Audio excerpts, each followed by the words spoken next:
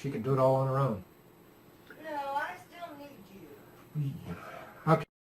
Okay, back where I was. Now, I was taking and adding in the USB jump drive into the first slot to boot up first. And the reason for that is so that when the system comes back and we reboot, it's going to automatically go straight to this. And then we should be able to install Windows. So let's see what happens. We should be good. I'm going to double check everything, make sure.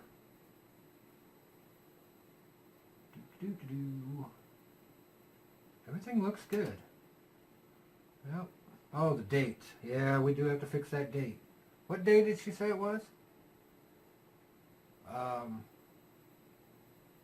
Crap. Well, I know it's 2:21 in the afternoon, so I can at least do that. 14, 21. I know it's January. Let's set this. I know it's Sunday. Is it January 10th? No. It's January 17th. Today's the 17th, right? Yes. Yeah, see, that's why I keep the calendar marked now. I know you keep the calendar marked, but I don't ever look at the damn thing. That's why I just ask you. It's just easier for me to remember that way. So anyways, alright. Date set, time set, everything should be good. You have to remember when you're installing Windows 7 that the date is very imperative. Because if you don't get the date set, Windows will crash because Windows 7 didn't come out till later in the first quarter of 2000. So I don't remember the exact day that Windows 7 came out. So, but anyways, let's go ahead and save and exit. Let's check our health status here real quick. 35 degrees Celsius. Excellent. Okay, shutdown temperature. Remember, we want that at full tilt. Smart fan function, we definitely want to disable that. And system fan, well, we don't have a system fan hooked up yet because we don't have a case. If you had a case, you'd have a fan in the back side of your case. And that would... I'm going to pause this. I'll be right back. My wife's making a lot of noise. Okay, my wife is finally done messing with the chicken water in the sink and making all that noise. So now I'm going to get back to what we were doing. I've disabled the smart fan, so when I reboot, this thing is going to kick up full tilt, so that's good. System smart fan function, I leave it enabled even though we don't have a case with a back fan for it, so I'm not going to bother with it. Doesn't matter, you can just leave it enabled, so whenever if and when I decide to put this thing into a case, we'll go that route. So, everything is now set. We are good to go. Save and exit, yes.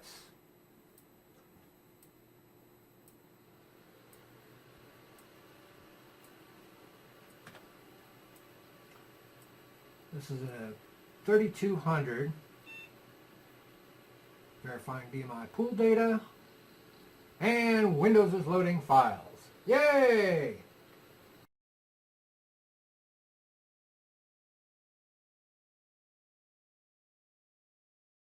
This is why USB 2.0 is phasing out and USB 3.0 is becoming a thing. Because USB 2.0 is slow. USB 1.0 is even worse, but USB 3.0 would definitely be ideal. But this is an old motherboard.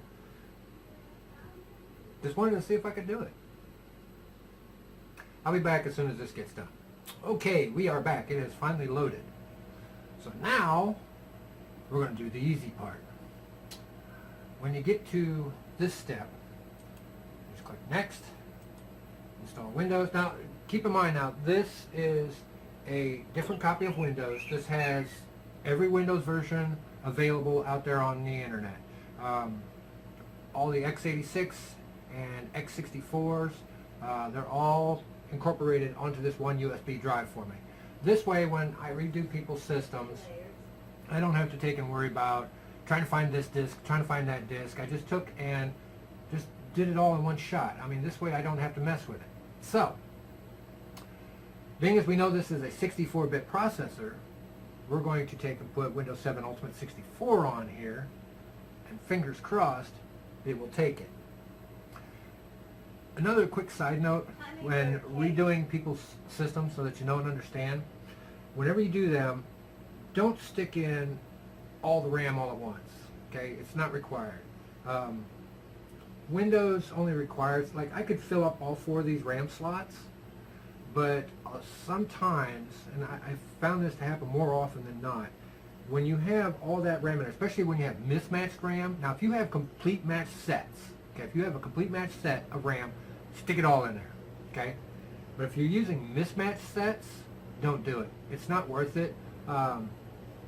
You tend to run into problems where you have different RAS and CAS timings for specific types of RAM. There's sometimes different megahertz ratings, stuff like that. So the best thing to do if you're running with mismatched RAM is to take and only add in 1 stick of RAM. And just let it run at that, at least on a minimum 1 gig of RAM. Don't try and install Windows with less than a gig of RAM, because Windows 7 tends to add it, so don't do it. It's not worth the time and it's not worth the hassle to do it. Try and get at least a 1 gigabyte stick in there. That's why I've got a 2 gig stick in here out of my collection of RAM. And then take and just add in the 1 stick, and Windows should install without an issue. So we're going to choose Windows 7 x64. Next. Yes, we always agree to the EULA, because how many of you people actually read this stuff? None. I've read this whole thing, believe it or not. I've sat down for 40 some minutes and I read this entire EULA. Didn't understand a lot of it. A lot of legal BS, but whatever. So yes, we agreed to it. Click next. Always do a custom installation. Always. This has got 4 partitions on it for some reason. Huh. Well, drive options, delete. We're going to take all these partitions, we're going to delete them all. Delete. Okay. We're going to create a new one, leave it at the default size. Windows is going to create a new partition, which is going to be the it's not the turbo boost, it's a cache drive is what it is. It's what allows Windows 7 to run really fast. So, and then you just take and make sure that you look and see which is your biggest partition. This is a megabyte size, this is a gigabyte size, this is where we want to install Windows. It should automatically go there. Click next, and away we go. I will be back here probably, hopefully in about 15 minutes or so. That's all the longer Windows 7 should take to install. It's that fast. Normally Windows 7 can be completely installed, ready to roll, ready to play on in about 20 minutes on just about any machine. Not sure how fast this processor is, but I know this is a 6400 series stick of RAM. That should be DDR2 800, I think. I don't know. I'd have to go look at my chart. So, anyways, we'll be back here probably, hopefully, in about 20 minutes, and we'll see what happens. Okay. I've learned something about this motherboard, and this took me a little while to figure this out, but the original Windows installation that I was just doing a little while ago, I took and had this jump drive, okay? I had it down here in these lower ports, down here in these lower USB ports. Now, when I did that, I couldn't figure out why it was taking so long to install Windows. Now, keep in mind, this is an HT2000 series motherboard, which means it's an old, I would say it's an old Acer board, but it came out of a compact computer. That's what most of these motherboards came out of, was compacts. HP, stuff like that. So what I've learned is that these lower USB ports are 1.0. These top 2 ports, which I was having a hard time getting this jump drive in there because of the way the video cable is set, because it's got these extra little bumps on here for the twist downs, or for the lockdowns. So I couldn't get the USB jump drive in there. So what I did is I took this, which is an extension cable for it, and I tied that into the upper section of the USBs, where I've got the 2 lowers and I've got the 2 uppers, tied it into the uppers, and I've come to find out that the upper USB ports are 2.0. So you've got two 2.0 USB ports and you've got two 1.0 USB ports. Interesting. So, if everything works right, and if I assume which it does, this thing should install Windows really quick, because it took longer than 20 minutes and it was only halfway through the installation. It wasn't even, it was not uncompressing the files like I wanted. So, we are going to test this theory and see what happens. I could not get it to install Windows. I mean, it wouldn't get beyond a certain point. You could see that the jump drive was orange, and it was going back and forth. You know, it was reading information off the jump drive, but it just wasn't doing what I wanted it to do. So it wasn't fast enough, I should say. So now we're going to test this and see what happens now. Delete, okay, create a new partition, apply, yes, and we're going to click next. Now let's see what happens. I'm thinking, see, this is where it got stuck before, and it stayed on this. Even though I was getting read and write information off of this drive, and it was doing the blinking number, I couldn't get the expanding Windows activated files to uncompress. I don't know why, it just wouldn't do it. So, we'll see what happens now. We'll see if it'll take and install Windows quicker, like it should. We'll find out. I'll be back. Okay, I'm back. And as you can see, well, I don't know if you can see, but Windows is extracting the activated files now. That was less than 30 seconds, 5%, 6%, and cruising. So I'll be back after Windows gets done installing, or when we get to the next section, and I'll show you a few other things you need to know when installing Windows 7. Okay, here's the moment of truth. We're rebooting now. Just finished installing Windows. It took about 12 minutes. That made all the difference, taking and tying this into USB 2.0. Made all the difference in the world as far as speed. So here's a quick note about USB 1 and USB 2 and USB 3. If you're a gamer, USB 3.0 for your devices and peripherals, mouse, keyboard, stuff like that. USB 3.0 makes all the difference in the world for response time. USB 2.0, same thing for gamers. You definitely want USB 2.0. If you're not a gamer, USB 1.0 is great for keyboards, mice, printers, stuff like that. It's really slow information. The megahertz rating on the USB 1.0 is really slow. You don't have to worry about it. 2.0 is a little faster. USB 3.0 is the fastest right now. I think there's even a 3.6 out right now, but that's for another segment. Oh crap, I forgot. There's one part in here. I gotta stop this. Maybe. No, I need to reboot. Ooh. Okay, I need to reboot. One thing to keep in mind, as soon as you get your first initial Windows done, you need to go back into the BIOS, okay? I don't know what your BIOS key is, but once you get back into the BIOS, you need to change the boot options.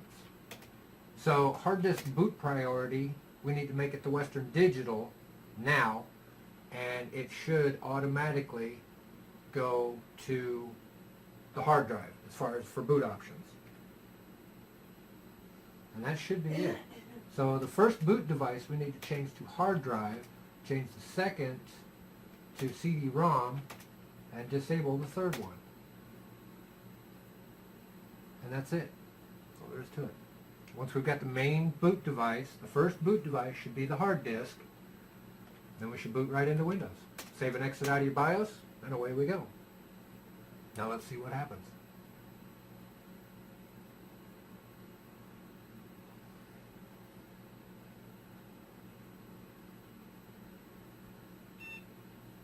Beep. Starting Windows. There's no real big secret to building computers. It's just a lot of plug and play. And like my wife said, the hardest part about building a computer is the software. That's the hardest thing about building a computer. The software is always the hardest part. But once you learn the basics of the software as to how to install certain things, nothing to it.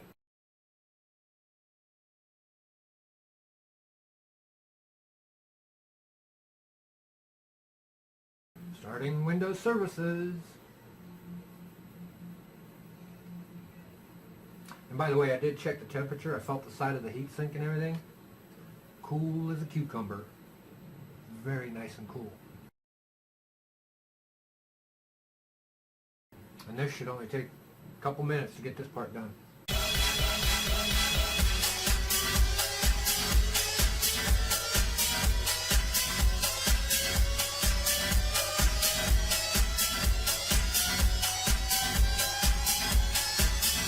I just found something on this motherboard where you see me over here playing with the DIP switches, where I was trying to find the power switch for it, and I just noticed that right over here by the south bridge that there is a series set right here that's enabled on the board, and it tells me exactly what they are for pin configuration. Tells me exactly what it is. So, learn something new. I learn something new every day when I play with motherboards and stuff like this. So, thought that was an interesting little tidbit about the HT2000 Revision 1 motherboard. Okay.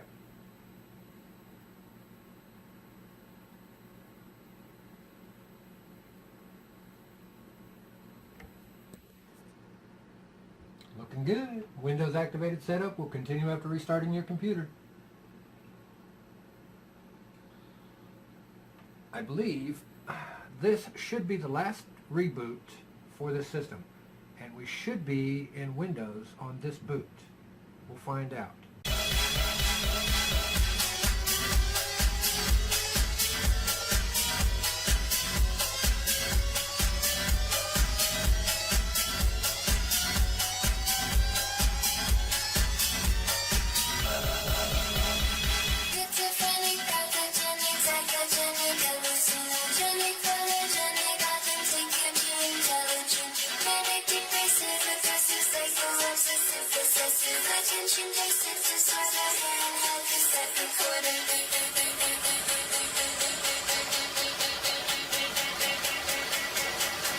Now, there's only going to be one problem with this as far as me getting this set up the way I would like to have it set up, as far as drivers and stuff like that to make all the hardware and everything work properly, is I don't have a wireless hook for this to get hooked up on my network here at home.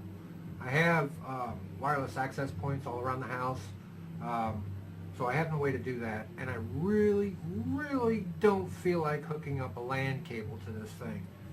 I could just go get the 100-footer out of the closet, run it in here from off of my modem, and hook it up that way. I could. I may just do that, just for the speed. But here's something really neat about this version of Windows, is that it recognizes exactly what type of BIOS is in the system. And the reason why I say that is because this says Acer. The BIOS recognizes as Acer. And it specifically states in the post boot that this BIOS is designed for an Acer motherboard. So Windows automatically detected that and put the background wallpaper as an Acer background wallpaper. I have tried this on numerous different machines. I've tried this with Compaqs. I've tried this with Hewlett-Packards. I've tried this with Mainboard. I've tried this with Gigabyte. They all, so long as whatever the BIOS is and whatever BIOS that it recognizes the motherboard to be manufacturer-wise, this version of Windows will always take and put the proper background for the motherboard, which I think is a really neat feature of this Windows. So, so now we're going to take and put in a username. Real simple. HT2000. Okay? That way we know what it is. Computer name, doesn't matter. You can name it whatever you want. It's just how it's going to appear on the network if you hook it to a network. Okay? Password, no password. We're not worried about it. Windows activated, ask me later. We're not going to set all that up. We do want to set the proper time, so we want to go to Eastern Standard Time. Proper time is 3:28, which it read that information from the BIOS, so it set that properly. It is currently Sunday, the 17th of January of 2016. Everything in the BIOS is set properly. Click on Next.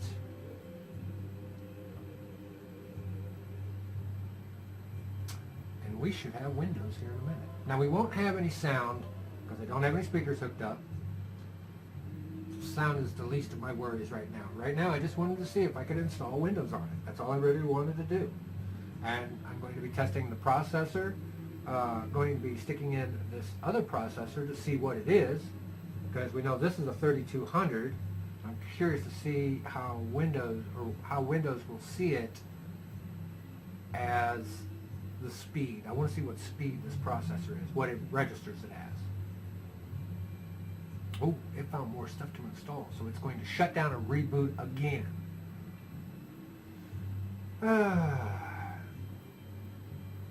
This is a good starter system. It's a good starter setup, you know, to get somebody who's like not really familiar or technical with computers and stuff like that. It's a good internet surfer. 2 gigabytes of RAM isn't a whole lot. I can take it and add more RAM to it if I want, but probably what I'll end up doing is if I find an old case from somebody, I'll stick this in it, put Windows 7 on it, take it down to the Salvation Army and donate it. I mean, it's not going to do me any good. I have all the computers I want. I have 6 computers running in this house, so it's not a big deal for me. This, I'm just going to sit around and collect dust. So anyways, let's see what Windows has to say here.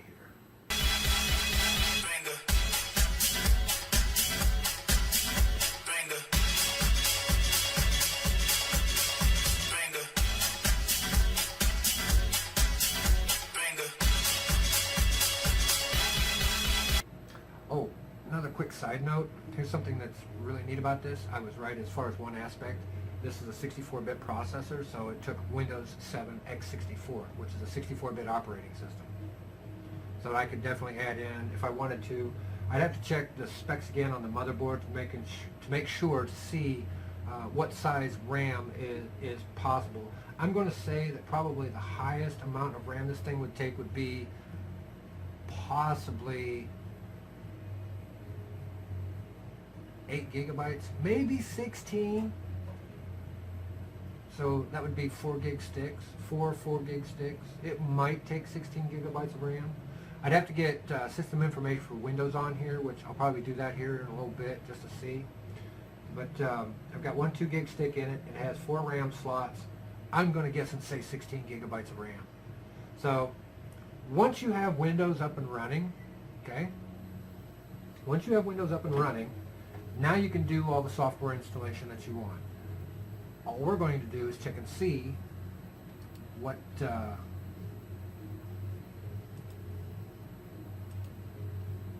we've got here. This is a 3200, which means it is a 2 gigahertz processor. It has 2 gigabytes of RAM in it and 1.75 gigabytes usable. More than enough for Windows to run, more than enough to run applications and stuff like that. It's using 256 megabytes of RAM. If you remember what I told you guys previously, that 256 that I took and added in, which was 256 megabytes of RAM from the actual physical RAM allocated to the video RAM. So that's why it's only got 1.75 gigabytes available. Great. And everything's running as fine, as is. So now, we're going to shut this down, and we're going to drop in what I think is a 3800, and we're going to see if that will work. We'll find out here in a minute.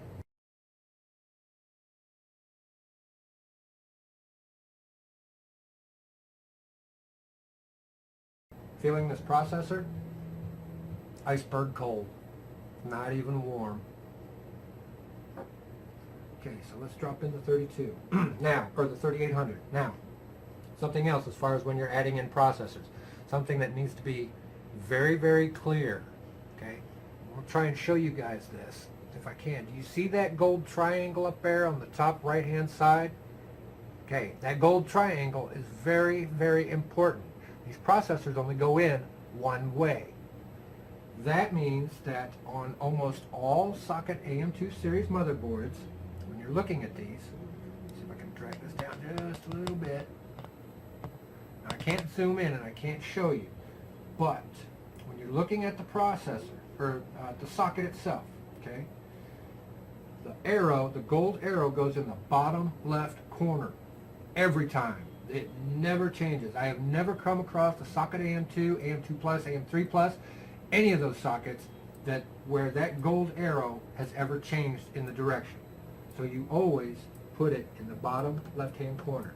And you just drop it in. Don't force it, don't push it, just let it drop right in. Drop your arm.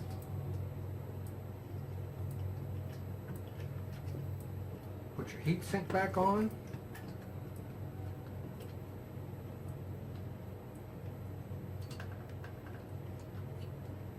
Get all the wires out of the way. Like that. Lock it down. Put your fan back on and fire it back up. Ooh, maybe not. Doesn't like that processor. Might not support a 3800. So we're going to shut the power off on the power supply. We're going to give it 10 seconds. Put you guys back up here.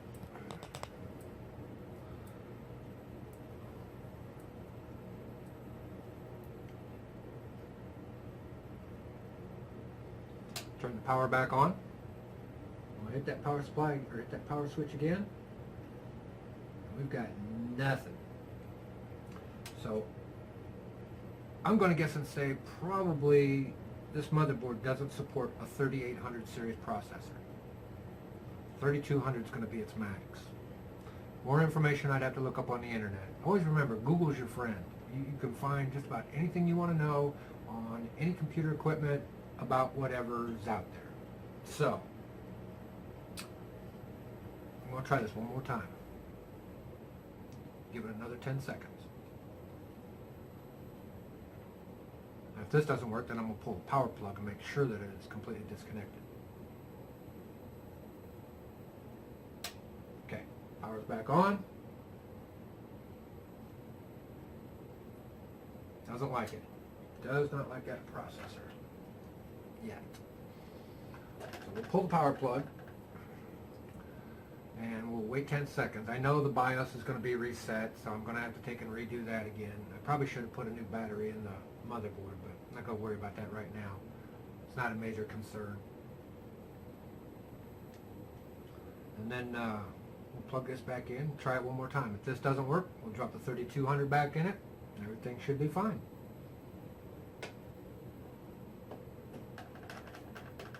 Okay, plugs back in. Power's back on.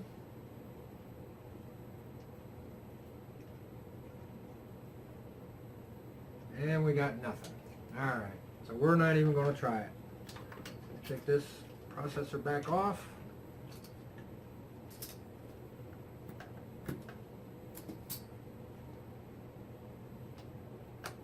Processor's nice and cool. Put the 3200 back in there.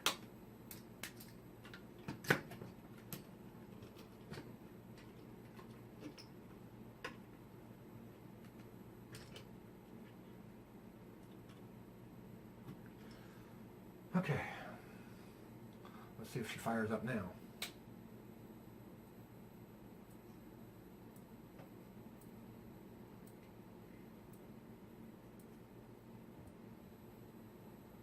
Voila. Now, remember, like I told you, we're going to have to go back in and reset the BIOS again, reset all of those options. But here's the thing, and this is the main reason why I did this. I just did this to see if I could get it to work, to see if I could get Windows to install on it. We've done all that. You guys have seen me go ahead and set the BIOS up. You know how to do that now. And it's all plug and play. It's that simple. There's nothing really hard about this. So, my project is done for the day. Got my wife's Facebook stuff done. Got another motherboard to work. that was just junk laying around collecting dust, my day's done.